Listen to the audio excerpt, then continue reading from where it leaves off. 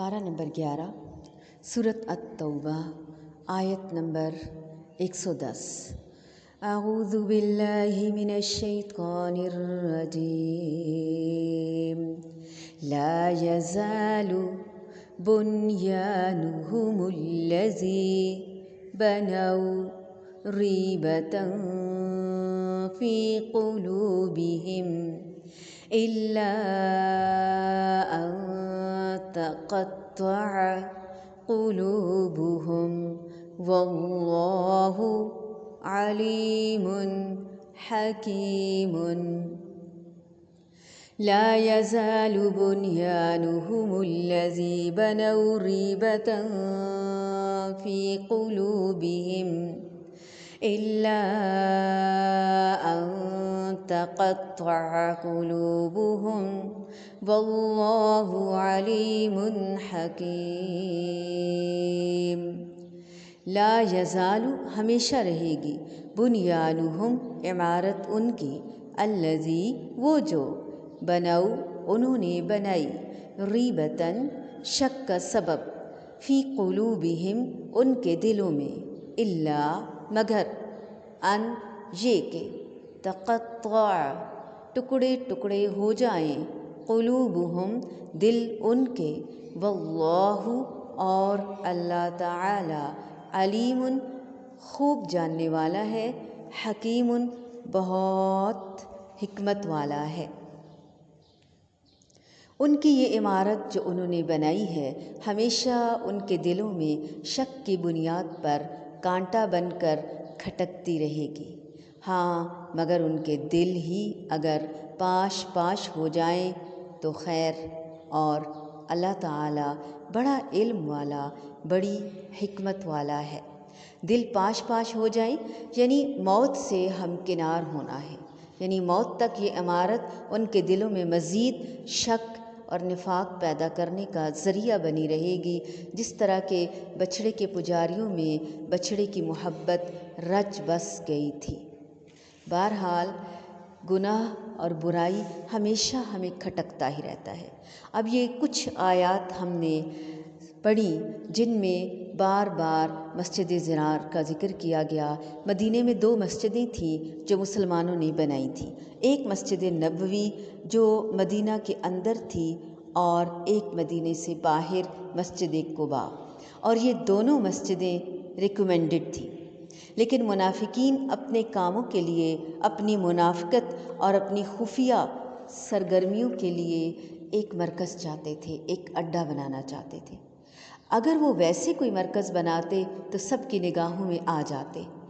انہوں نے اس لیے مسجد کی آڑ میں اپنے لیے ایک کمین گاہ بنانے کی سوچی تاکہ وہاں سب اکٹھے ہوں اور راتوں کو مسلمانوں کے خلاف خفیہ سازشیں کر سکیں، اور بظاہر اس پر دین کا پردہ پڑا رہے تو کسی کو شک بھی نہیں ہوگا۔ اور پھر یہ کہ چونکہ یہ ساری نمازوں میں حاضر نہیں ہونا چاہتے تھے تو یہ دوسروں کو دھوکہ دینا چاہتے تھے کہ اچھا اگر ہم ان کی مسجد میں، مسجد نبوی یا مسجد قباء میں حاضر نہیں ہوں گے تو یہ سمجھیں گے کہ ہم تیسری مسجد میں چلے گئے۔ اسی طرح انہوں نے اپنے اعمال کے لیے ایک جگہ بنانے کی کوشش کی، لیکن ظاہر ہے کہ اللہ سبحانہ و تعالی ان کی ان حرکتوں پر خوب واقف تھا، وہ خوب جانتا تھا۔ اس لیے مسلمانوں کو خبردار کر دیا گیا کہ نبی کریم صلی اللہ علیہ وآلہ وسلم سے لوگوں سے مسجد بنا کر یہ تقاضا کیا، مطالبہ کیا کہ آپ آئیں اور اس کا افتتاح کریں۔ تو غزوہ تبوک سے واپسی پر آپ صلی اللہ علیہ وآلہ وسلم نے وعدہ فرمایا کہ میں آؤں گا، تو اس پر آپ صلی اللہ علیہ وآلہ وسلم کو روک دیا گیا کہ آپ ان کی مسجد کا افتتاح نہیں کریں گے۔ افتتاح کرنے کا مطلب یہ تھا کہ یہ مسجد بھی ویلڈ ہے، ریکمینڈڈ ہے۔ تو اس میں ہمیں ایک بہت بڑی بات، اہم ترین پوائنٹ سمجھایا گیا کہ دین کے نام پر کوئی خواہ کتنی بڑی عمارت بنا لے، لیکن اگر اس کی بنیادوں میں اللہ تعالیٰ کا خوف نہیں، اللہ تعالیٰ کی رضا نہیں، تقوی نہیں، تو وہ کبھی بھی قابل قبول نہیں۔ اس میں کوئی برکت نہیں، اس میں کوئی خیر نہیں۔ دین کا کام چھوٹا ہو یا بڑا صرف اس وقت قبول ہوتا ہے جب اس کی بنیاد درست ہو۔ قبضے کی زمین پر چھینا جھپٹی کر کے آج کل مساجد کیوں ویران ہیں، اس کی ایک بڑی وجہ یہ بھی ہے کہ مسجدوں پہ مسجد بناتے چلے جا رہے ہیں جیسا کہ یہ ایک نیا بزنس بن گیا ہو، یہ پرواہ کیے بغیر کہ اللہ کو یہ عمل پسند بھی ہے یا نہیں، بنیاد اس کی درست بھی ہے یا نہیں، سراسر اللہ کی رضا پر بنیاد ہو، نہ کہ دکھاوے اور ریاکاری پر، اور نہ ہی لوگوں پر احسان جتلانا اور وہ تمام اعمال جو صدقے کو برباد کرتے ہیں ان تمام چیزوں سے اجتناب کرنا چاہیے۔ تو اللہ تعالیٰ کے نام پر اگر ہم بھی کوئی مسجد بنائیں، مسجد بنانے والا کام بلا شبہ فضیلت والا عمل ہے، تو اس میں یہ ضرور دیکھنا چاہیے کہ مسجد بنائیں، مدرسہ بنائیں، کوئی چھوٹی سی چیز ہی بنائیں، لیکن وہ صرف اور صرف اللہ تعالیٰ کی رضا کے لیے، اس میں کوئی دوسرا مقصد نہ ہو، کوئی اپنا نام بنانا، احسان جتلانا، شہرت جانا، اس کے برعکس کے لوگ واہ واہ کریں اور رہتی دنیا تک ہمارا نام برقرار رہے، اور یہ کہ ہمارے نام کی ایک تاریخ مرتب ہو جائے، ایسی کوئی گھٹیا سوچ اور نیت انسان کے اندر بالکل نہیں ہونی چاہیے، کیونکہ ایسی سوچوں کے ساتھ بڑے سے بڑا عمل بھی اللہ تعالیٰ کی نظر میں بیکار ہو جاتا ہے، تباہ و برباد ہو جاتا ہے، جیسے کہ یہاں پر بار بار بتایا گیا کہ اس مسجد کا انجام آخر کیا ہوا، اس کو ڈھا دیا گیا، گرا دیا گیا۔ کہا جاتا ہے کہ اس کے اندر سے دھواں سا نکل رہا تھا کہ جیسے واقعی وہ آگ میں جا گری ہو، اور جہاں پر کوئی چیز گرائی جاتی ہے تو دھواں اٹھتا ہی ہے، دھول اٹھتی ہے، مٹی اٹھتی ہے۔ کچھ عمل جو بظاہر نیکی کے لگتے ہیں، اللہ سبحانہ و تعالیٰ کی نظر میں وہ بدی سے بھی بدتر ہوتے ہیں، اس کا انجام برائی سے بھی برا ہوتا ہے، وہ اللہ تعالیٰ کے ہاں نیکی شمار ہو ہی نہیں سکتے۔ یاد رہے، یہ سبق ہم بار بار پڑھ چکے ہیں، اللہ سبحانہ و تعالیٰ صرف اس عمل کو قبول فرماتے ہیں جو خالصتاً اللہ تعالیٰ کے لیے ہو، انما الاعمال بالنیات۔ مسجد قباء کے رہنے والوں کے لیے یہاں خاص طور پر تعریف بھی کی گئی کہ وہاں ایسے لوگ ہیں جو پاک صاف رہنا پسند کرتے ہیں، اور اللہ تعالیٰ کو پاک صاف لوگ بہت محبوب ہیں۔ دن میں تو انسان پاک صاف رہتا ہی ہے، رات کو بھی ہمیں چاہیے کہ ہم پاک صاف ہو کر سونے کی کوشش کریں اور اس کے لیے باوضو ہوں۔ رسول اللہ صلی اللہ علیہ وآلہ وسلم نے فرمایا، جو آدمی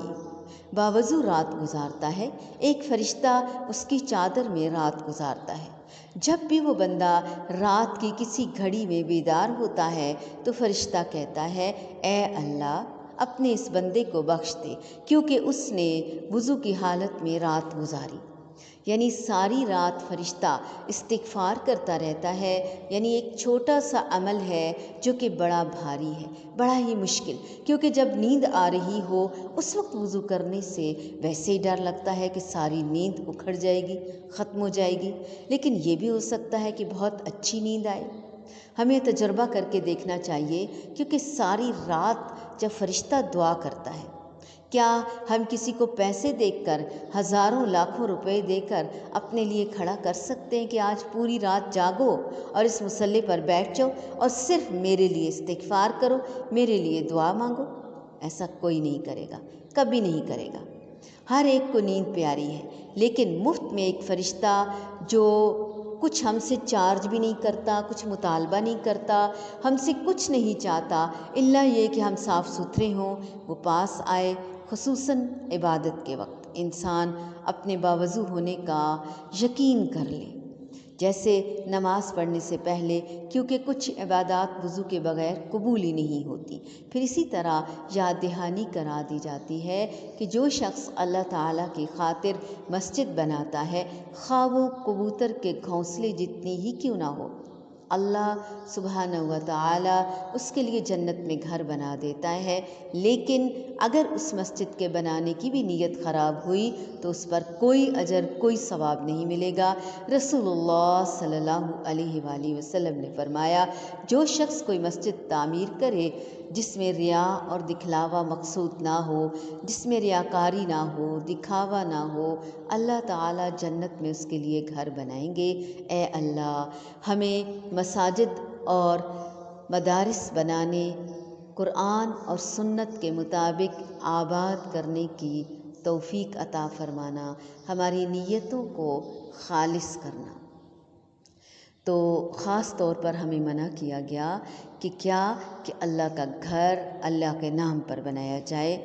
اللہ کے لیے وقف کیا جائے، سب کچھ اللہ کی خوشی اور اللہ تعالیٰ کی رضا کے لیے، اپنے نفس کی تسکین یا اپنی شہرت یا دکھاوے کے لیے بالکل نہیں، اپنی سخاوت کے اظہار کے طور پر نہیں، بلکہ صرف اور صرف اللہ کے لیے انشاءاللہ۔ لا يزال بنيانهم الذي بنوا ريبة في قلوبهم إلا أن